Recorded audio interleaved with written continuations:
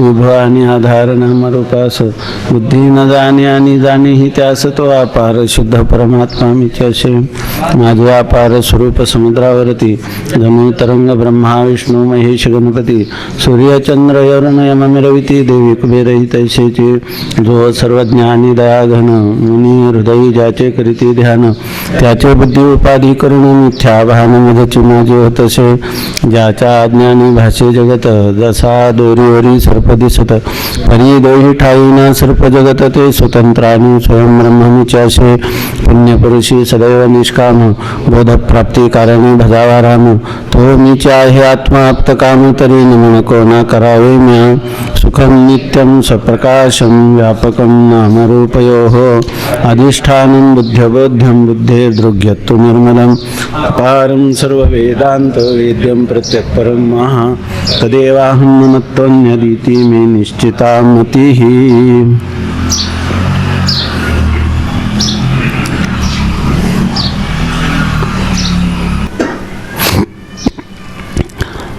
आत्मानंदाची सिद्धी याच्यामध्ये दोनच विषयाचा विचार आहे की आनंद विषयात आहे किंवा नाही.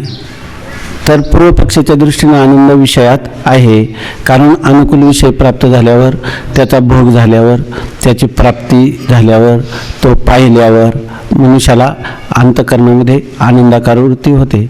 आणि आत्म्याच्या ठिकाणी आत्मा आनंदरूप आहे की नाही, तर जर आत्मा आनंदरूप असता आनंद हेच त्याचं स्वरूप आहे, घनीभूत आनंद ज्याच्यामध्ये दुःखाचा लेशसुद्धा नाही, असं घनीभूत आनंद हे जर आत्म्याचं स्वरूप आहे तर मग त्याला आत्मेतर अशा विषयाची इच्छाच होणार नाही आणि होते तर खरी. मग आत्मा आनंदरूप कसा आणि विषयात आनंद मुळीच नाही हे तुमचं विधान कसं.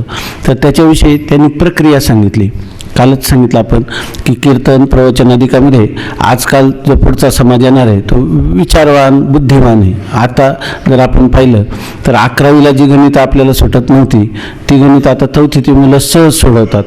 याचा अर्थ हा जो काल आहे हा विचारप्रधान बौद्धिक स्तराला जास्त महत्त्व देणारा येणार आहे आणि बौद्धिक स्तराला त्यांच्या बुद्धीची भोवण जिरवणारं असं सर्वात श्रेष्ठ शास्त्र असेल तर ते फक्त वेदांत शास्त्र आहे की ज्याच्या पुढे जगातला कोणताही विद्वान असला तर वेदांत शास्त्रापुढं हात टेकवतो. कारण हे सर्व तर्कशुद्ध पद्धतीवर घासून घेतलं तर त्या कसोटीवर शुद्ध सोन्याच्या रूपात प्रगट होणारे सिद्धांत म्हणजे वेदांताचे सिद्धांत आहे. त्यासाठी आपल्याला ह्या प्रक्रिया पण मधून सांगितल्या पाहिजे. आताच सांगितलं की ह्या महाराजांना एक माणूस कीर्तनातून उठायला लागला आणि तो म्हटला की कीर्तनातून उठा तेव्हा बुवा तुम्ही जे सांगता ना ते आमच्या डोक्यावरून जातं, याच्यामध्ये दुसरं सांगा म्हणे. आणि तो उठायला लागला तर तुम्ही हे लोकांना इथं काहीच कळत नाही, हे तो उठाय म्हणे उठू नको भाऊ बस खाली म्हणे, तर हे तुझ्या उपयोगाचं आहे, हे काय मनोरंजन नाही, हे तुझ्या कल्याणासाठी मी सांगतो, कळेल तुला. नाही ऐकलं तर कधीच कळणार नाही, ऐकून जर कळे ना तर ना ऐकलं तर कधी कळेल, म्हणून तुला सांगतो तू ऐक म्हणे. आणि यांनी सांगितलं. तर त्या माणसाने काल यांचं कीर्तन घेतलं, तिथं माझं कीर्तन होतं, ते म्हणे तुमचं कॅन्सल केलं आणि यांचं घेतलं म्हणे. तर ते सुचवलं कोणी तर त्या माणसाने सुचवलं की ह्यांचं कीर्तन आपल्याला ऐकायचं. असं याचं आपलं चिंतन याच्यासाठी चाललंय की हे जे विचार आहेत हे विचार आपल्याला पुढच्या काळात, कारण आता प्रत्येक जसं काळ जातो तसे लोकांमध्ये लोकांच्या विचारांमध्ये भावनांमध्ये सगळ्यामध्ये परिवर्तन होत राहिले. काळशिवाय खूप वेगवान आहे, हे विज्ञानाचं युग आहे. त्यामुळे ते विज्ञानाच्या बरोबर आपल्याला धावावं लागणार. आणि त्यासाठी पूर्वीचे जर तुम्ही द्रौपदीचं वस्त्रहरण सांगितलं तर लोक तुम्हाला विचारू शकतात द्रौपदीचं वस्त्रहरण तेव्हा झालं, आता आहे का तुमच्याजवळ काही. असं सांगतात की वास्करांच्या फडावर एक माणसं त्यांनी द्रौपदी वस्त्रहरण सांगितलं आणि सगळ्या लोकांच्या डोळ्यातून अश्रू चालले. एक असा धसकट मनुष्य उभा राहिला आणि त्यांनी सांगितलं की आता ह्या काळात तुम्ही त्यांनी वस्त्राच्या कोडी पुरविल्या, एखादं तरी वस्त्र लज्जा रक्षणासारखं पुरवणारं सामर्थ्य आहे का कोणाकडे तुमच्या. तर त्यांनी सांगितलं की पण त्याच्यासाठी कोण पाहिजे, सती पतिव्रता द्रौपदीसारखी स्त्री पाहिजे. तर आजही परमात्मा त्याचं रक्षण करेल. आणि कार्तिकीच्या फडामध्ये त्याने हा प्रश्न विचारला. त्याच्यामध्ये त्यांनी सांगितलं तर एक स्त्री आली आणि त्या स्त्रीनं सांगितलं की माझं पातिव्रत्य अभंग आहे. तर त्यांनी सांगितलं तर तुझ्या पातिव्रत्याचं पांडुरंग परमात्मा संरक्षण करीन असं सांगितलं. त्याच्यामध्ये त्या माणसाला सांगितलं कोण करणार वस्त्रहरण. 150 वर्षापूर्वीची कथा सांगतात लोक. त्यांनी सांगितलं की मी करतो. त्यांनी सांगितलं काय हरकत नाही. 9 वस्त्र लागोपाठ निघाली, त्यांनी दर्शन घेतलं. म्हणून वास्करांच्या फडावर जी कीर्तन बंद केली होती ना, त्यांनी आपल्या फडात कोणी कीर्तन करायचं नाही, आता पुन्हा सुरू झाली. त्याच्यातलं एक त्यांचं ते आप्पासाहेबांचं, आप्पासाहेबच का दुसरे एक घरान ते तात्यासाहेबांचं करतात, आणि आप्पासाहेबांचे ते कीर्तन भजनावर त्यांचा भर आहे. कारण ते म्हणे आता परमात्म्याने आमच्या फडाचं रक्षण केलं, लज्जेचं रक्षण केलं, पण पुढं असा काळ येईल की त्याच्यामध्ये नाही. म्हणजे असे लोक येणार आहेत. तर त्यांना विचाराचा परमार्थ जर आपण सांगितला तर ते हळूहळू ह्या भक्तिभावाकडे पण वळू शकते. एकदा माणसाची भोंड झिरली बुद्धीची, बुद्धी कुंठित झाली का त्याच्यापुढं अध्यात्म सुरू होतं, त्याच्यापुढं भक्ती सिद्धांत. त्यामुळे ते लोक आपोआप त्याच्याकडे वळतील एक ना एक दिवस. म्हणून आपल्याला जबाबदारी कीर्तन प्रवचन करायचं तर कोणत्या रीतीनं आपण ह्या समाजाच्या बाजारात उतरणार, त्यावेळेला कशा रीतीनं त्यांना आपण तोंड देणार आणि आपलंही कार्य होईल त्याच्या निमित्ताने, या सगळ्या गोष्टींची आवश्यकता आहे. तेव्हा याच्यासाठी या प्रक्रिया आपल्याला जर लक्षात असल्या आणि त्या प्रक्रिया देण्यात आल्या, तुम्हाला जेव्हा अनुकूल विषय प्राप्त होतो त्यावेळेला तुमची बुद्धी जी अस्थिर झालेली असते ती काय होते, स्थिर होते. आणि त्या बुद्धीचं अधिष्ठान जे आनंदरूप कुठंसतं साक्षी चैतन्य, त्याचं त्याच्यामध्ये प्रतिबिंब पडतं. पण अनुकूल विषयाची प्राप्ती, बुद्धीची स्थिरता आणि आत्मानंदाचं भान, ह्या सगळ्या गोष्टी युगपत एक समवायावत छेद करून होत असल्यामुळं हा आनंद विषयाचा एक आत्म्याचा हे जीवाच्या काय होत नाही, लक्षात येत नाही. अशी गोष्ट आपण त्याला जर सांगितली तर हे त्याला पटेल हळूहळू. त्याच्यावर त्याच्या काही शंका येतील, त्या शंकांचं आपण समाधान करत जाऊ आणि पुढं त्याला निश्चित वाटेल का आनंद विषयात मुळीच नाही, हा काही भ्रमाने विषयात आनंद वाटतो आणि खरा आनंद स्वरूप माझा आत्माच आहे, असा जर त्याला विचार कळला आणि विचाराच्या पातळीवर त्याला हे जर पटलं तर त्याला वाटेल का विषयात आनंद आहे. मग हळूहळू तुम्ही वैराग्याचे विचार त्याला सांगू शकता. नाही तर त्याला दररोज विषयात आनंद, विषयाचा त्याग केल्याशिवाय आमच्या आत्मानंदाचं तुला कधी भानच होणार नाही. आता जर सांगायला लागले तर विषय सोडून द्या आणि आत्मा नावाचा पदार्थ काय, भाजी कशाबरोबर खायची माहीत नाही, तर हे नाही काय घरकाना घाटका अशी स्थिती होईल, याची त्याला भीती वाटते. आणि कालच आपण पाहिलं की त्याच्यामध्ये बहुमताचं काय आहे, पुन्हा साह्य आहे की नाही. म्हणून अशा वेळेला आपल्याला प्रवाहाच्या विरुद्ध दिशेने पळायचं आहे आणि लोकांना आपण लोक प्रवाहात जायचं का लोकांना आपल्या प्रवाहात घ्यायचं आहे.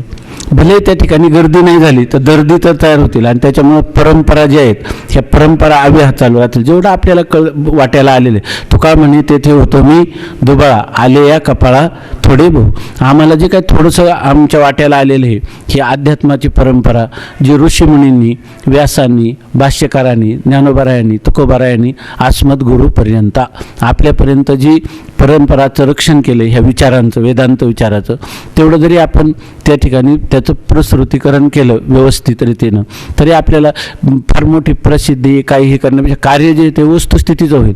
आपल्याला पहिल्यांदा सत्य बोलण्याचं पुण्य लागेल की या ठिकाणी, नंतर जेव्हा हेच विचार अधिक प्रसृत होतील तेव्हा कधीतरी सगळ्या समाजाला सुख मिळू शकतं.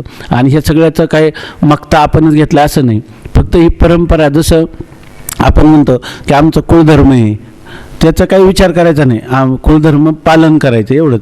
का तर आमच्या परंपरेने केलं. तसं वेदांताच्या परंपरेने जे काही आत्तापर्यंत सिद्धांत प्रतिपादन केलेत ते जगन्मिथ्यात्वाचाच सिद्धांत सांगायचा, जीव ब्रह्माचं ऐक्यच प्रतिपादन करायचं, ज्ञानोत्तर प्रेमलक्षणात्मक भक्तीचंच वर्णन करायचं किंवा सगुण चरित्रे परमपवित्रे सादर वर्णावी. ह्या प्रकाराने जर आपण चिंतनाची दिशा ठेवली तर आपोआप सगळी कीर्तनं, प्रवचनं, काही व्याख्यानं किंवा समाजात आपले होणारे संवाद, कोणते ज्याला आपण म्हणतो संगोष्ठी, ह्या सगळ्याच्या सगळ्या आनंददायी होऊ शकतात.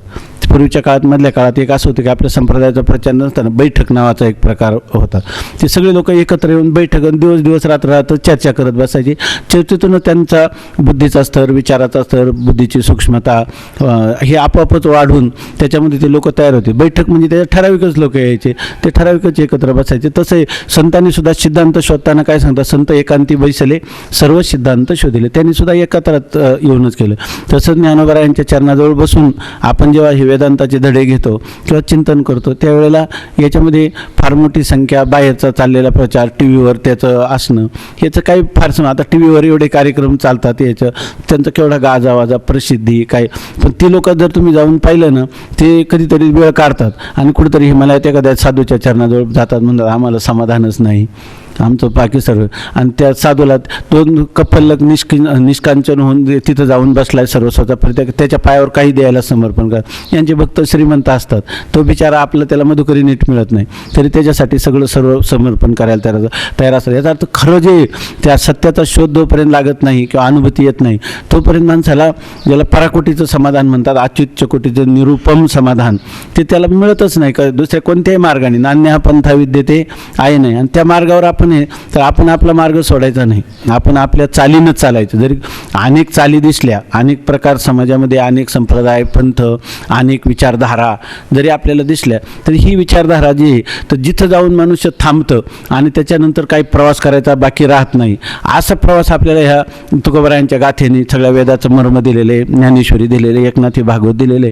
तर ह्याचंच चिंतन करत आणि हीच आपली जीवन जगण्याची आपली स्वतःची शैली आणि लोकशिक्षणामध्ये सुद्धा याचाच प्रचार प्रसार हेच कधीतरी उपयोगाला येणार आहे आणि दुसरं काही उपयोगाला येणार नाही. वर आपातता समाधान जरी मिळत असलं लोकांना व्यवहारात नाही का, आता अनुकूल विषयाची प्राप्ती झाल्यावर नाही का समाधान होत, तसं अनुकूल भावनेला एखाद्याची भावना तमोगुणात्मक असली तसा पंथ त्याला मिळाला की त्याला ते बरं वाटतं. रजोगुणी माणसाला त्यात काही लोकांनी काय केले की मनोविज्ञानाने पाहिलं कशा रीतीनं आपल्याकडं आपले भक्तमंडळ वाढेल किंवा ही विचारधारा जाईल आणि आपल्याला आपलं दुकान चालवता येईल. अशा प्रकारे अनेक संप्रदाय, अनेक व्यक्तींनी एक स्वतंत्र, काहींनी तत्त्वज्ञान, काहींनी थोडंसं वेदाचं घेतलं, काहींनी पाश्चिमात्य घेतलं, पण ही सगळी तत्त्वज्ञान अपुरे. परिपूर्ण तत्त्वज्ञान म्हणजे वेदांत आहे. याच्यामध्ये कोणत्याही प्रकारची शंका करायचं कारण नाही, कारण सगळं जग जे हे वेदांत सिद्ध. त्या विवेकानंदाने नुसतं माझ्या बंधू भगिनीनं म्हणलं, याच्यामध्ये बंधू भगिनी हा शब्दच ऐकला नव्हता त्यांच्या. बरं सगळे सर्व धर्म परिषद होती की नाही, सगळे धर्म काय शिकवतात? बंधुभावच शिकवतात का दुसरं काय शिकवतात? भगिनीभावच शिकवतात ना. परंतु ह्या सगळ्या संप्रदायांनी आपातता वरवरचं सर्व सांगणार होते किंवा सांगत होते. तिथं यांनी तो अंतकरणातून उच्चारला शब्द की हे सगळे माझे बंधू किंवा भगिनी, नारी जात ती सगळी माझी भगिनी आणि हे पुरुष जात हे सगळे माझे भाऊ आहेत. किंवा रामतीर्थांना सगळ्या लोकांनी डोक्यावर घेतला, आपण नेहमी पाहतो. त्यांनी काय म्हटलं? आत्मरूप बंधूंनो, म्हणजे तुम्ही बंधू म्हणजे माझ्याहून भिन्न पण नाही, तुम्ही माझे आत्मेच आहात. या रीतीनं जेव्हा त्यांनी चिंतन सांगितलं तेव्हा आपल्या कल्याणासाठी कशी आपली तळमळ होती तशी जगत कल्याणासाठी सुद्धा त्यांची तळमळ अंतकरणातली होती, ती शब्दरूपाने साकार झाली आणि ती त्या लोकांच्या हृदयावर ठसली किंवा प्रभावित झाली. अशा प्रकाराने हे वक्तव्य करायचं तर 4 वर्ष झाले की बरोबरच आपल्याला वक्तव्य करता येतं. इतकं पाठांतर केलं, इतकी जुळवणूक केली, इतकं चिंतन केलं असं नाही. खरी आपल्या अंतकरणात तळमळ असली पाहिजे की आत्मनो मोक्षार्थम जगदहिताय, आपलाही मोक्ष व्हावा आणि जगताचंही कल्याण व्हावं. एवढी एक तळमळ असली तर ईश्वरच सगळ्या गोष्टी ज्या आहेत त्या जुळून आणतो. त्याच्याबरोबर बाह्य प्रचार प्रसार त्या किंवा अर्थार्जन ह्या गोष्टीचं काहीच विचार करायचं कारण नाही. याच्यामध्ये ही गोष्ट निश्चित आहे की अन्न आच्छादन हे तो प्रारब्ध अधीन. आपलं अन्न आणि आच्छादन ठरून गेलेले, कुठं राहायचं, कोणत्या तिथीला मरायचं, कोणते रोग व्हायचे, लोकांच्यात किती मान व्हायचे, किती अवमान व्हायचे, ह्या सगळ्या गोष्टी ठरून गेलेल्या आहे. आणि आपण जर त्याची जुळवाजुळव करीत जर शक्ती खर्च केली तर आपल्याला अध्यात्म विचारात गंभीर प्रवेश किंवा ज्याला म्हणतो आपण सखोल अध्ययन हे होऊ शकणार नाही. आपल्या जीवनाचं नाव काय आहे? वेदांत चिंतन. आणि आपल्या प्रवाहात कोणी आलं तर घ्यायचं, नाही आलं तर आपण त्यांच्या प्रवाहात जाऊन लोकप्रवाहित लोकांच्या बरोबर आपण पुराबरोबर वाद जायचं का लोकांना त्या ठिकाणी आपल्या प्रवाहात आणायचं. याचा अर्थ कोणताही अभिमान न बाळगता ईश्वरा निर्भर राहून आपण हे कार्य आपलं कर्तव्य आहे. याच्यामध्ये आपलं दुसरं काही नाही. आपल्याला असं नाही का लोकोपदेश करतो आणि बुडते हे जन न देखवे डोळा येतो कळवळा म्हणून या, नाहीतर आम्ही निवांतची मी या भोगावे की. हे जे शब्द आहेत हे शब्द आपल्यासाठी नाही, ते माऊलींनी एका विशिष्ट भूमिकेवरून ते योजलेले शब्द आहेत. आपण आपल्याला आपल्या अंतकरणातली जी तळमळ आहे ही स्वतःच्या उद्धारासाठी आणि सर्व लोक म्हणजे आपला आत्माच आहे, सर्व लोक आपल्याहून भिन्न नाहीतच आहे. म्हणून ते काय जीवदातानी चावली कोणी 32 ताडेली, हे सर्व जे हे सर्व विश्व हे माझंच अंग आहे आणि हाच आपला वेदांताचा सिद्धांत आहे. म्हणून त्याच्यासाठी आपण आपल्याला होणारे त्यांच्यापासून सुखदुःख क्रिया प्रतिक्रिया याची कोणताही विचार न करता जे कार्य आहे ते आपलं कर्तव्य आहे. जगताला वेदांत सांगणं, भक्तिसिद्धांत सांगणं, संत वाङ्मयाचा प्रचार प्रसार करणं हे आपलं कर्तव्य आहे. शेवटच्या श्वासापर्यंत जितकं होईल तेवढं आपण करायचं आहे. एवढाच भाव मनात ठेवला की आपोआप सगळ्या गोष्टी जुळून येतात. त्याच्यासाठी तुमचं अन्न वस्त्र माऊली जर तुकाराम महाराज जर सांगतात नको चिंता करू वस्त्राया पोटाची माऊली आमुची पांडुरंग. जर भगवान पांडुरंग परमात्माच आपला जर त्या मागं पुढे उभं राही सांभाळितं आलिया आघात निवारा आहे. ह्या जीवांच्या एखादा आमदार खासदार श्रीमंत यांचं पुढं करण्यापेक्षाही जे काही कोमल हृदयाचे मृदू हृदयाचे कोण साधक असतील तेच आपले खरे आत्मरूप आहे. त्यांच्यामध्ये आपलं रममान होऊन आपलाही आनंद भोगणं आणि त्याच्यातच कालच हारावा चिंतन आहे. याच्या अशा प्रकारचं झालं. इतकंच नाही, परवा आपण चिंतन केलं काय कोणता तो आपण तुम्ही म्हटले करावे चिंतन तेची बरवे न भेटोनी बरवा अंगी राहे भाव तंगतोची जाणं देव. आपल्याला देव भेटावा आणि मोक्ष प्राप्त व्हावा याची सुद्धा चिंता करायची नाही. अरे हा मनुष्य जन्म प्राप्त झाला आहे, अखंड जीव ब्रह्म एकच आहे हे चिंतन करावं. जगन मिथ्याच आहे हे चिंतन करावं. करता करता त्याचा कंटाळा यावा, मिथ्याच आहे त्याचं काय चिंतन करायचं, मी ब्रह्मरूप आहे याचं काय चिंतन करायचं. पण काय करायचं करण्यात काही उपयोग नाही. पण उरले उपाधी कारणे, जोपर्यंत शरीर आहे तोपर्यंत त्याचं चिंतन करत राहावं. आपलं साधं झाकून परमार्थ करायचा. तो केलेला आपलं लोकांनी केलेलं स्मरण, आपण त्यांचं केलेलं स्मरण, आपलं त्यांनी पाहिलेलं जीवन, आपण त्यांच्याबद्दल केलेल्या शुद्ध संकल्पना ह्याच समाजाचं उत्थान करणारे एक ऊर्जा घेऊन मग त्या ठिकाणी प्रवृत्त होत असतात. ईश्वरच आपल्याला माध्यम करत असतो. अशा प्रकारचे एक उदात्त गंभीर भाव आपण जर हृदयात धारण करून याच्यात प्रवृत्त झालो तर खूप मोठं कार्य होणार आहे याच्यामध्ये. त्यामुळे ह्या बाकीच्या लोकांसारखं नाही. आमच्या दिगंबर महाराजांचं कीर्तन ते कुठं त्या शिबिरात गेले आणि शिबिरात त्यांचं कीर्तन ऐकलं. त्या माणसाला वाटलं की काय सगळ्यात जास्त विक्षेपी हे होते त्या शिबिरामध्ये आणि कीर्तनात लागले तर मोठमोठ्या गोष्टी करायला लागले. मग त्यांनी काय सांगितलं, त्यांनी खूप महत्त्वाची गोष्ट यांना सांगितली की बाबा तुम्ही हे सगळं करता हे आम्हाला खूपच आवडलं, मी तुमच्या पायाजवळ बसून मी वेळ काढून येईल म्हणे. पण तुम्ही जे असं पोरकटपणा करता ते काय बरोबर नाही म्हणे. तर गंभीर राजा बरोबर आहे ना माझा भाऊ काय ते म्हणले की गंभीर राजा म्हणजे आपलं जीवन जे आहे ते इतर लोकांपेक्षा थोडंसं वेगळं आहे. याचा अर्थ आम्ही अलग आहे की आम्ही तुमच्यापेक्षा असं दाखवायचं लोकांना असं नाही. पण आपल्याला जे कार्य करायचं त्यासाठी एक हे सोंग घेतलेले आपण, तर ते सोंग चांगल्या प्रकाराने ओढेल असं करता करता आपलं सोंग सोडायचं नाही. ह्या चालीवरच समाज आपल्याला सगळं काही करणार आहे. पण आपण आपली जी चाली आहे ती चाली सोडायची नाही. स्वामी महाराज सांगा म्हणजे ह्याच्यामध्ये आपण जे काही आपली दैनंदिन जीवनशैली आहे किंवा आपली जी अध्ययनाची हे किंवा वेदांत वाक्याचं दररोज चिंतन झालंच पाहिजे, जप झाला पाहिजे किंवा काही ध्यान झालं पाहिजे, आपल्याला आयुष्यात प्रसंग पडेल तेव्हा तीर्थाटन झालं पाहिजे, देवपूजा झाली पाहिजे. काय जे आहे तर ते आपले जे नियम आहे ते मनोमय पूजा म्हणा किंवा बाह्य पूजा ह्या सगळ्या गोष्टी आपल्या झाकून केल्या म्हणजे त्याचं दैनंदिनीतलं आपलं हे कर्तव्य आहे असं म्हणत ते जर करत गेलं तर बाह्य त्याचा काय परिणाम होतो. म्हणजे आपल्याला लोकांना हा मनुष्य थोडा आपल्या सामान्य लोकांपेक्षा वेगळा आहे असंच वाटलं पाहिजे त्यांना. आपण अशी भावना करायची नाही. पण आपण जे सोंग घेतलं आहे ते सोंग फक्त वाटायचं. जसं एखाद्याने त्या स्वामी महाराज विनोदाने सांगायचे एका माणसाने नाटकात भाग घेतला आणि त्याच्यामध्ये त्याला शिवाजी महाराजाचं काय पार्ट होतं आणि ज्या वेळेला ते युद्धाची हे झाली काहीतरी बोलाचाली झाली त्या औरंगजेबाची लगेच त्यांनी तलवार उपसली. तर ते म्हणे की त्याच्यात लिहिलेलं असं ना कंसात तलवार उपसून त्या नाटकामध्ये लिहिलेलं असतं कंसामध्ये, तर लगेच तो म्हणला कंसात तलवार उपसून असं हे नाही. म्हणजे नाटक बरोबर ओठलं नाही त्याचं. नाटक कोणतं ओठलं पाहिजे की जसं आहे आपल्याला त्याप्रमाणे. त्यासाठी स्वामी महाराज सांगायचे की कसा परिणाम होतो ते सांगायचे. जरी आपल्याला हे सगळ्या गोष्टी जमत नाहीत परंतु आपण इंद्रिय संयमपूर्वक त्याच चाकोरीतून जाण्याचा प्रयत्न केला तर कसं होतं नाटक असतं ते खरं कसं होतं ते सांगायचे. की एकदा स्वामी महाराजांनी समर्थ रामदास स्वामींच्या नाटकात भाग घेतला. तेव्हा ते लहान होते त्या गावामध्ये आणि त्या नाटकात हे लोक करतात ना रंगपंचमीला ते सोंग वगैरे, त्याच्यात त्यांनी ते नाटक ठेवलं. यांनी समर्थाची भूमिका घेतली. आता ते बलदंड होते चांगले, ते लोकांनी दिले त्यांना, ब्राह्मण शरीर होतं. मग त्यांनी ते लंगोटे राख वगैरे फासले आणि नंतर सगळे लोक काय करायला सगळं झालं ते नाटक वगैरे. तर त्या नाटकामध्ये त्यांनी काय आता माझ्या लक्षात नाही काहीतरी त्या असे ध्यानाला बसलेले होते आणि बऱ्याच लोकांनी हलवलं त्यांना त्याच्यामध्ये याच्या की बराच वेळ झालं त्यांच्या नाटकाची वेळ आली तरी ते पाठ करायच्या वेळेला ते व्हायला पाहिजे ना ते होईनात.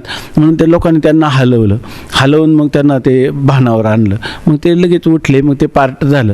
पण त्या लोकांना इतकं ते कौतुक वाटलं की सगळे म्हातारी माणसंसुद्धा गावातली त्यांचं दर्शन करायला लागली नाटक संपल्यानंतर. ते म्हणले मी नाटक केलं तरी लोक मला संन्यासाचं नाटक केलं तरी लोक माझं दर्शन घेतात, जर मी खराच संन्यास घेतला तर काय होईल म्हटले. असं केल्यावर मग त्यांनी काय केलं एक प्रयोग केला गावामध्येच दुसऱ्या दिवसापासून त्यांनी आईला सांगितलं की मी आता संन्यासी झालेलं आहे, मी गावात भिक्षा मागणार. ते म्हणे श्रीमंत जागीरदार घराण्यातले होते. ते म्हणे लोक नाव ठेवतील जरी ब्राह्मण असलं. ते म्हणे नाही मी आणणार म्हणे.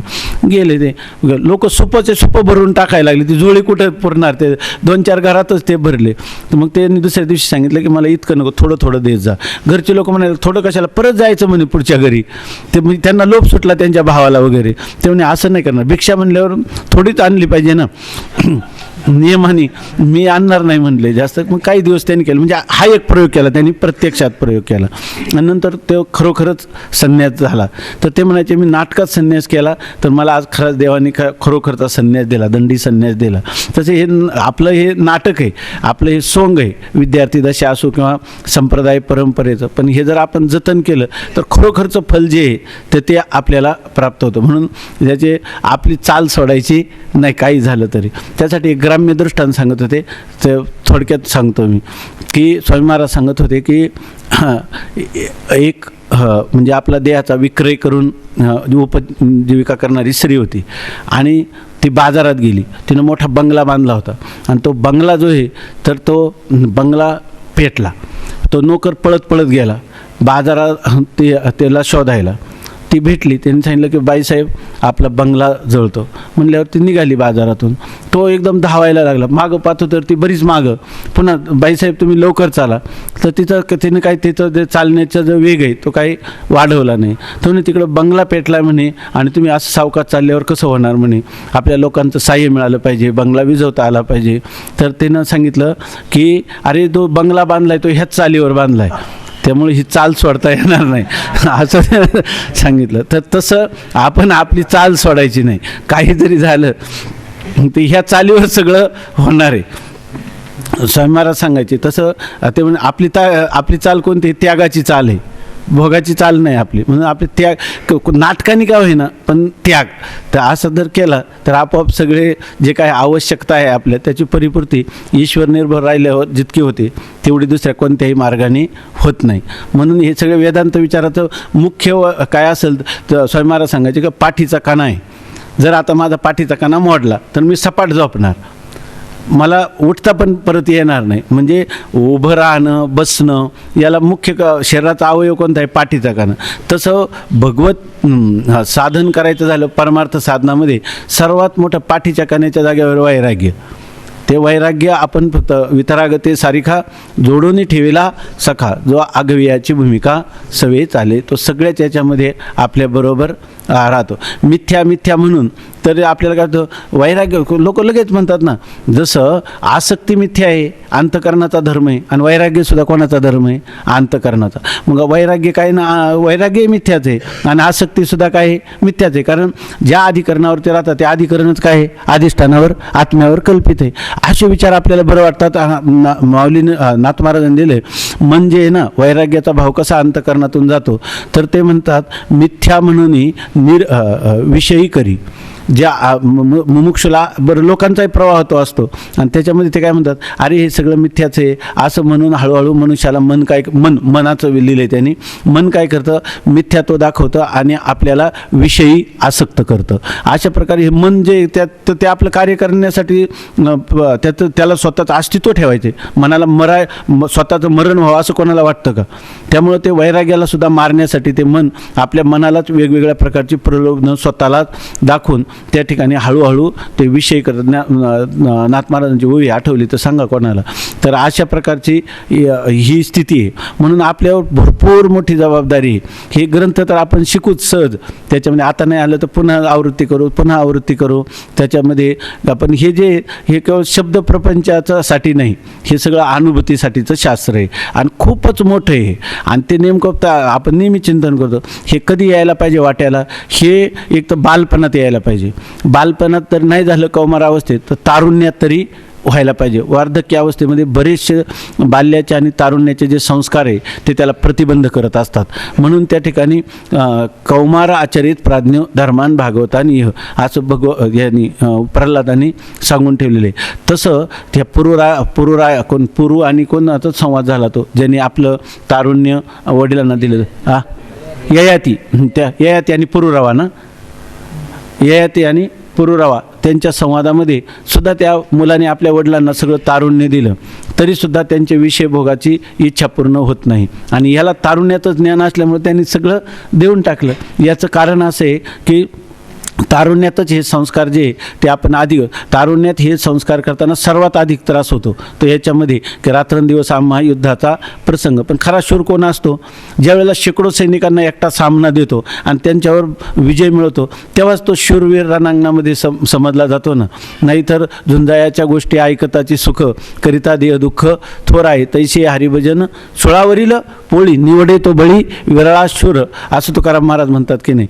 त्याप्रमाणे ह्या सगळ्या गोष्टी फार गांभीर्याने घेतल्या पाहिजे. आणि आपल्या दररोजच्या जीवनात उगीच हसत खेळत कॉलेजची मुलंही बरोबर राहतात, परीक्षेच्या वेळेला महिनाभर अभ्यास करतात आणि पुढच्या वर्गात जातात. पण त्यांचे जीवन जेव्हा संपतं, आता तुम्ही पहा 90% लोकांना नोकऱ्या नाही, काही नाही, आत्महत्येचं प्रमाण आहे, किंवा त्या ठिकाणी दुसरे काही लूटमार करतात, किंवा नैराश्याने आत्महत्या करतात. काय काय प्रकार आहे. आपलं काही शाळा कॉलेजचं शिक्षण नाही, त्या शाळे कॉलेजच्या लोकांना शिकवण्यासाठी आपलं शिक्षण आहे. तर त्यामुळं ह्या सगळ्या गोष्टीत आपलं जीवन काही थोडंसं वेगळंच आहे, आपली जीवनपद्धती ही वेगळीच आहे, हे माणसांनी एकदम आपल्या मनी मानसी कोरून ठेवलं पाहिजे. आणि असा काळ पुन्हा याला जास्त काळ लागत नाही. आपण त्या दिवशी चिंतन केलं की ह्याला फार काळ नाही, हा जो काळ आहे ना 4 वर्षात आपला, पुढं काय येईल जोग महाराज किंवा माऊली काय कृपा करतील ती करतील. पण आता ह्या 4 वर्षाच्या काळामध्ये आपण जो आपल्यासमोर विषय आलेला आहे, इतका उच्च कोटीचा विषय आहे. गीतेचं आपल्याला पहिल्यांदा फक्त कळत नाही, एवढं संस्कृतचं थोडं ज्ञान जुजबे असल्यामुळं त्याचे भाष्य टीका हे आपण पाहू शकत नाही विशेष. तरीसुद्धा आपण थोडंफार भाष्याचं चिंतन करण्याचा प्रयत्न करतो, काही ना काही पदरात पडतो. पण विचारसागर, ज्ञानेश्वरी आणि पंचदशी हे 3 ग्रंथ असे का जगातलं जेवढं तत्त्वज्ञानाचं हे आहे तर तेवढंच त्याच्यामध्ये आले असं नाही. कारण तत्त्वज्ञानाचा भाग वृक्ष आहे, पण त्याला साहित्याने सजवले ज्ञानेश्वर महाराजांनी, याच्यामध्ये साहित्याने सजवलेले. तेव्हा आणि पंचदशी आहे ना, त्याच्यामध्ये सिद्धांत आहेत, पण त्याच्यामध्ये मनोरंजन जणू काय चालले. करमणूक, जसे आता आपण एखाद्या गोष्टीचे करमणूक एकमेकांनी विनोद केले तर विनोदातून ज्ञानही होतं, चर्चेतून ज्ञानही होतं, आणि जणू काही मनोरंजन झाल्यासारखं वाटतं, ज्ञानाचा बोजा वाटत नाही. तसं त्या पंचदशीचं चिंतन आहे. विचारसागर तरी थोडा वृक्ष आहे, ह्या प्रक्रिया आपल्याला अगोदर समजून घ्यायला थोडा त्रास होतो. पण अशा प्रकारचं हे विचारसागर, पंचदशी आणि ज्ञानेश्वरी हे चिंतन जर आपलं व्यवस्थित झालं ना, खरोखर जगातल्या कोणत्याही वाङ्मयासाठी जर ज्ञानेश्वरीचं चिंतन तुम्ही साहित्याच्या अंगाने केलं तर जगातलं सर्वात श्रेष्ठ साहित्य ज्ञानेश्वरी, सगळ्यात श्रेष्ठ. आज याच्यामध्ये रशियामध्ये मॉस्को युनिव्हर्सिटी, आणि त्या मॉस्को युनिव्हर्सिटीमध्ये मराठीचं डिपार्टमेंट सुरू केले गेल्या काही 8-10 वर्षापासून. आणि त्याच्यामध्ये ते कशासाठी केले तर ज्ञानेश्वरीचा संशोधन व्हावं म्हणून. कशासाठी तर त्यांचं हे कोणते पक्ष त्याला म्हणतात, कम्युनिस्ट पक्ष. त्यांची पूर्वीची राज्यपद्धती पूर्णपणे कम्युनिस्ट, धर्म वगैरे काही मानायचा नाही. पण त्या लोकांच्या जीवनामध्ये येणारी जी वृक्षता, त्यांच्यामध्ये असमाधान, अशांती, हे काळ म्हणून तिथल्या अनेक मनोविज्ञान लोकांना जगातून बोलवलं गेलं. आणि त्याचं काय ते म्हणे, काही म्हणा तुम्ही, धर्म, काही तत्त्वज्ञान ज्याच्या पाठीमागं नाही, ज्या विचाराच्या पाठीमागं धर्म आणि अध्यात्म यांचं ज्याला अधिष्ठान नाही, ते राष्ट्र खऱ्या अर्थाने कधी समाधानाला प्राप्त होत नाही. मग त्यांची पुढं ते विचार प्रसृत व्हायच्या आधी छकलं झाली ना, आता त्याचे छकलं झाली. जगातलं नाणावलेलं राष्ट्र अमेरिकेच्या तोडीचं ते फार मागं पडलं. आता फार त्यांच्यामध्ये दानादान झाली सगळी.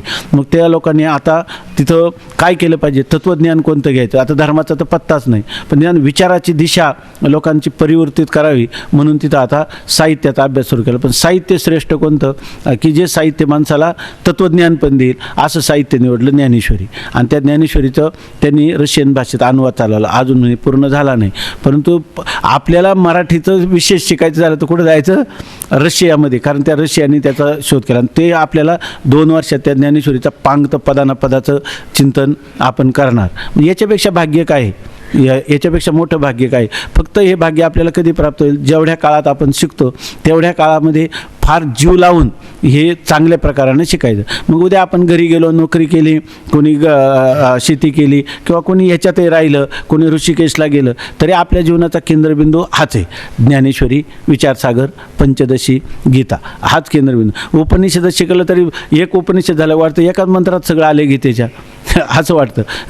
10 उपनिषद झाली की वाटतं मंगलाचरणातच ही गुंडाळून टाकलेली आहे, पण ते केल्यावर आपल्याला आणखी आनंद होतो, त्याच्याबद्दल नाही. पण आपल्याला आपल्या ग्रंथाचा जो महिमा आहे, जो गौरव आहे, तो आपल्या हृदयामध्ये एकदम स्थिर स्वरूपाने म्हणजे राहायला लागतो किंवा स्थानापन्न होतो. म्हणून आपण कधीच असं, ही पहिली गोष्ट आपल्याला जाणीव असली पाहिजे का खरोखरच आपण परमभाग्यवान आहेत की या ठिकाणी हे जे विचार आहेत, माऊलींचे विचार आहे. आज सगळ्या जगात ते कोणतं ते काही फोटोग्राफी आहे ना, की समजा आपल्या चेहऱ्यावर ते काय करतात की आपला फोटो घेतात, माझा घेतील, तुमचा घेतील, तर प्रत्येकाच्या चेहऱ्याभोवती आपण फोटोत नाही पाहतो का तेजोवलय काढलेले असतात चित्र, खरोखर तशी प्रत्येकाच्या भोवती तेजोवलय अशा प्रकारची प्रत्येकाच्या. तो आता नवीन एक जी फोटोग्राफी निघाली, काय मला त्याचं नाव आरो का काहीतरी त्याला म्हणतात, तर आपल्या इथं आले होते ते रशियन शास्त्रज्ञ आले होते, माऊलीचं घेऊन गेले ते समाधीचं ते फोटो घेऊन गेले.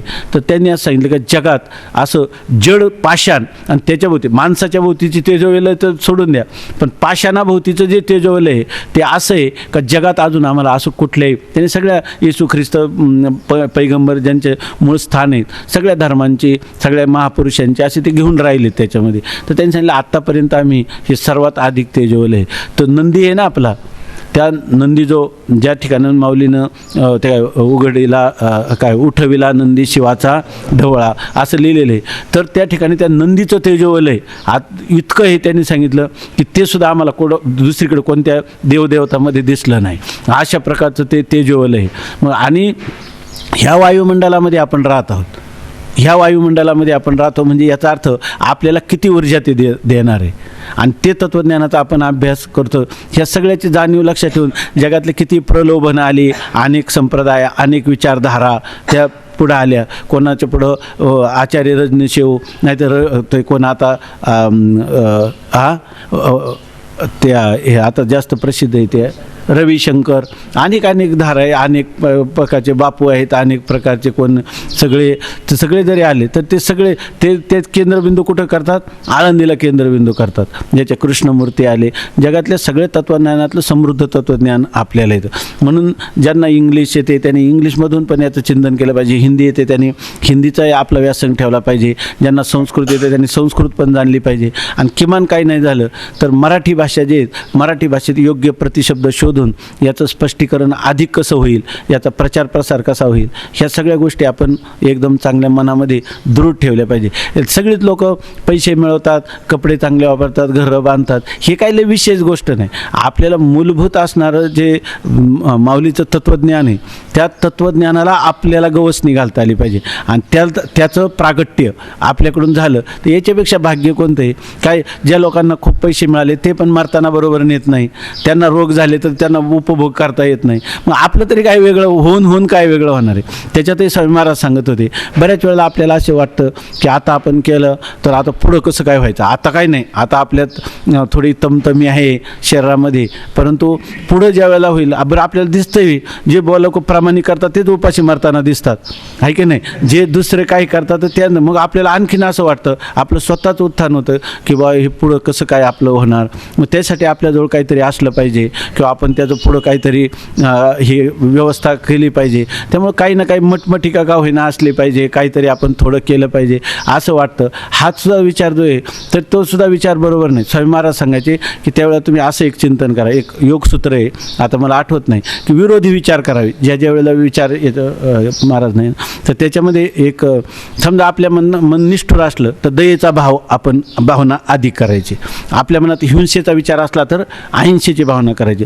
तसं स्वामी महाराज सांगायचे की असा विचार करावा की समजा मला 60 वर्ष मी चिंतन केलं, आता तर आनंदात आहे की नाही, आता आपल्याला जो आनंद आहे हा आनंद सगळ्या लोकांना नाही का, बाह्य व्यवहार करणाऱ्या लोकांना नाही का, केवळ भोगत्या अवस्थेत आपण आनंद भोगतो. समजा 60व्या वर्षी आपण विकलांग झालो आणि तिथून पुढं आपल्याला ह्या काय त्याला म्हणतो मूत्र मल याच्यात पचत पडावं लागलं, आहे की नाही. पचत पडून काय कुठंतरी सुळबुळीत किडे होतील, त्याला ते उरण पडतील, याच्यामध्ये जर मरून जाईल, आणि त्याला किती दिवस लागतील, काय वर्ष, 6 महिने, 2 वर्ष, आहे की नाही. पण 60 वर्ष आनंद भोगला की नाही, आहे. मग जाऊ द्या 2 वर्ष होऊन काय बरं, 60 वर्षाचे जे संस्कार आहे ते आपल्याला उपयोगाला येतील का नाही? काय लोक काय म्हणतील, हाय मग धावा. आपण काय म्हणू, मी असंग आत्म्याचं चिंतन केले, मी असंग आत्मा मला का वाटत नाही, ह्या देहाविषयीची मला उपेक्षा बुद्धी का होत नाही, आपल्याला काय वाटेल, कमीपणा वाटेल, आणि म्हणून काय आपण अधिक अंतर्मुख हो, आहे की नाही? आणि समजा एवढं करून थोडंसं राहिलंच तर त्यांनी सांगितलं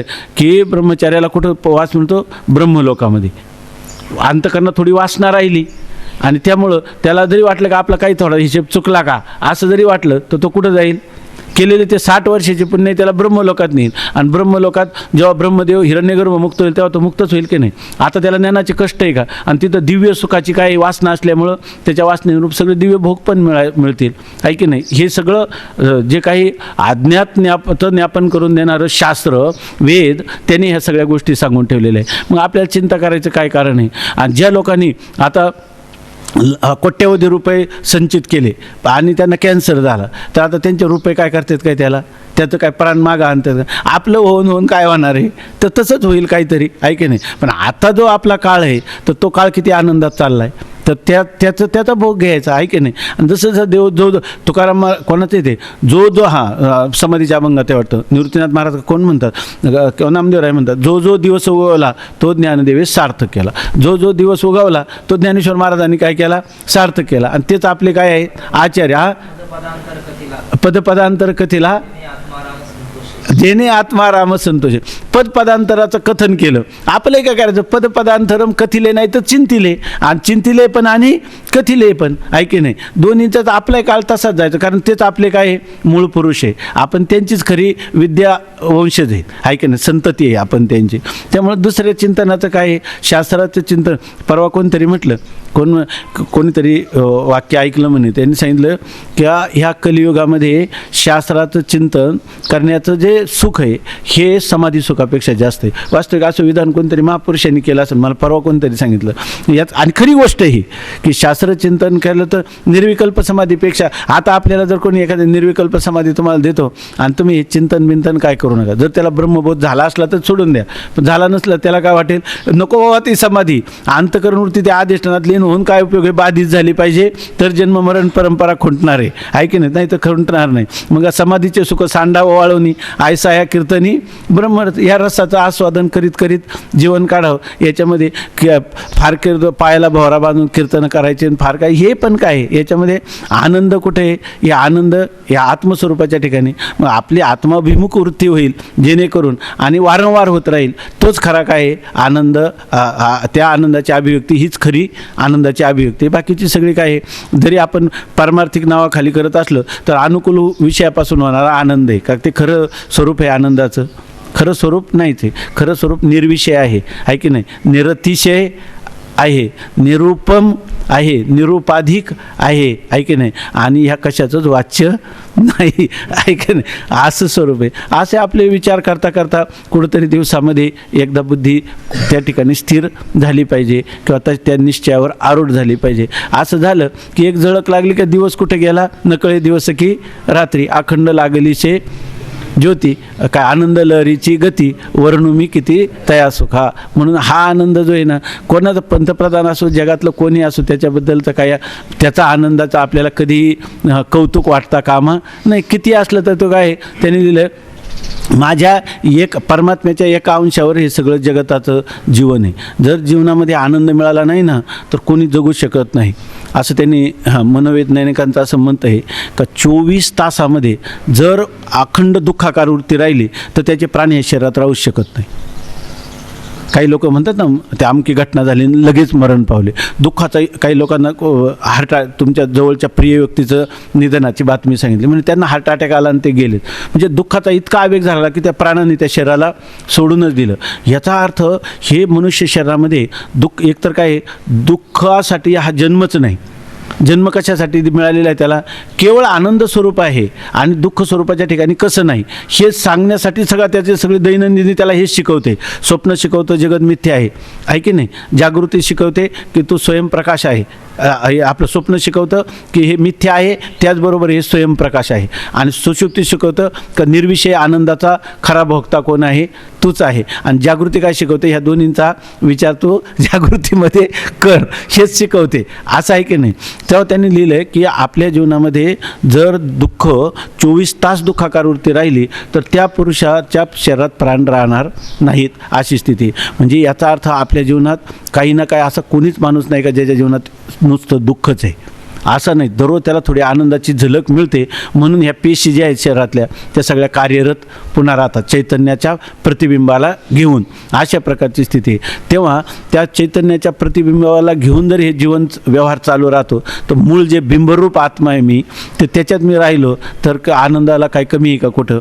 आणि म्हणून त्या आनंदाचा भोग आपल्याला मूलभूत जो आनंदाचा स्रोत आहे त्या स्रोतात जर आपण निमग्न होत असेल तर जगातल्या सगळ्या लोकांनी काय करा, तर घोटविनं लाळ ब्रह्मज्ञानी हाती म्हणतात, तसं सगळं विषय भोगणारे जे पुरुष आहे त्यांना लाळ घोटायला लागेल, तुकाराम महाराज म्हणतात. असं भाग्य घेऊन मी आता निजधामाला चाललो आहे, असं तुकाराम महाराज वर्णन करतात की नाही. तीर्थ भ्रामकाशी आणीनं आळस कडू स्वर्गवास करीनं भोग धन्य म्हणवीनं इहलोकी लोका भाग्य आम्ही. तुकाराम महाराज अभिमानाने म्हणतात का वस्तुनिष्ठता सांगतात, वस्तुनिष्ठता सांगतात. बरं ती त्यांच्यासाठीच सांगतात की मला असंच समजा माझंच वर्णन करा का तुम्ही तसेच आहात. अरे देवाची बरे देवाची बरे तुका म्हणे खरे तुम्ही अमर आहा अमर आहा काय न खरे की पाहा खोटे हे न म्हणा देह माझा ऐसा मग भरवसा कळेल. हे देह तादात्म्याला सोडण्याचा अभ्यास तुम्ही करा आणि मग तुम्हाला भरवसा माझ्या बोलण्याची प्रतीती येईल. त्याच्यासाठी तुकाराम महाराज बोलले का मला धन्य म्हणलेच पाहिजे, याच्यासाठी बोलले का तुम्हाला धन्य म्हणून घ्या, तुम्हाला पण धन्य म्हणून घ्या, तुम्ही धन्य आहेत आम्हीही धन्य आहेत. पण धन्य शब्द कधी योजला जातो? अपूर्वतादर्शक आहे. सामान्यपणे असं घडत नाही आणि जे अपूर्व गोष्ट घडून येते त्याला काय म्हणतात? धन्य. तसं तुम्ही सामान्य लोक जे तुम्हाला तुका वेडा विचार करी बडबड फार म्हणत होते तेच म्हणायला काय पाहिजे की भाग्य आम्ही तुका देखविला, आमचं भाग्य आहे का त्या तुकोबारायांचं दर्शन आम्हाला झालं. आणि असं जे काही जीवनाचं दर्शन आहे, जीवन दर्शन ज्याला आपण म्हणतो, किंवा मानवी संकल्पतेत असणारा जो अत्युच्च कोटीचा आदर्श जीवन आहे अध्यात्मातलं किंवा भक्ती सिद्धांतातलं, ते जीवन प्राप्त करणं हे प्रत्येकाचं कर्तव्य आहे, प्रत्येकाचा हक्क पण आहे. किंबहुना त्याच्यासाठीच हे जीवन आहे आणि ते जीवन जगण्याची सगळी अनुकूल परिस्थिती तुम्हाला आम्हाला आज सध्या वर्तमान काळात प्राप्त आहे. याच्यापेक्षा दुसरं काय भाग्य आहे? याच्यापेक्षा दुसरं कोणतंच भाग्य नाही.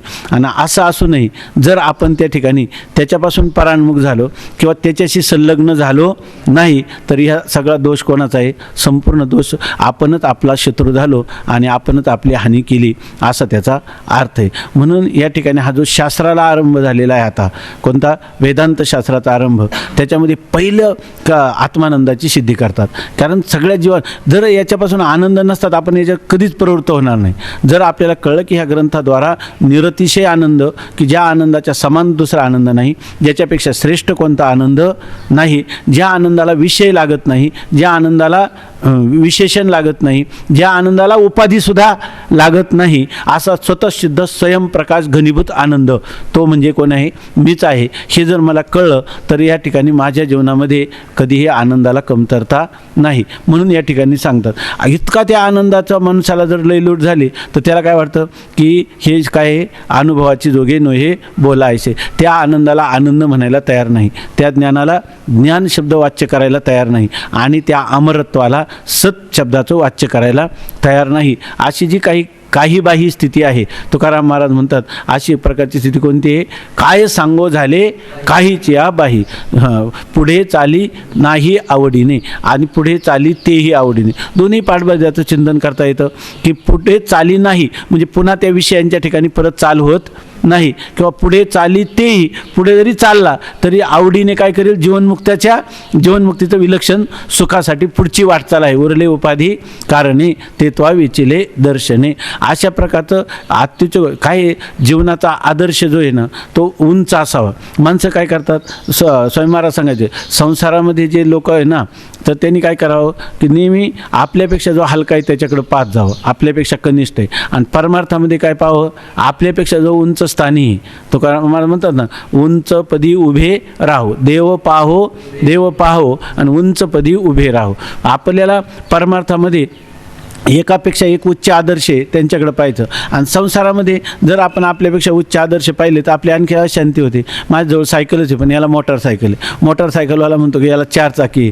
तो 4 चाकीवाला म्हणतो ते जरी असलं तर परवा इथे एक गाडी आली होती 1 कोटी रुपयाची. आम्ही म्हटलं आम्हाला कौतुक वाटलं, कोण होतं माझ्याबरोबर तर त्यांना मी म्हटलं की बा आम्ही पुढं चालला. अगोदर आम्हाला काय वाटलं नाही पण त्याच्याभोवती गर्दी खूप जमा झाली. मग आम्ही आपलं बाजूला उभा राहिलो. म्हटलं आता ही गाडी जी आहे तर ही गाडी पाहायला लोक उगीच पण आम्ही पाहिलं ती अशी वर व्हायची पुन्हा खाली यायची. खाली झाली का दोन काय सपाट आणि वर केली का मोठी गाडी. अशी 1 कोटीची गाडी होती. कोणत्या तरी एक गायक आहे मोठा ते कलावंत त्याची ती गाडी होती.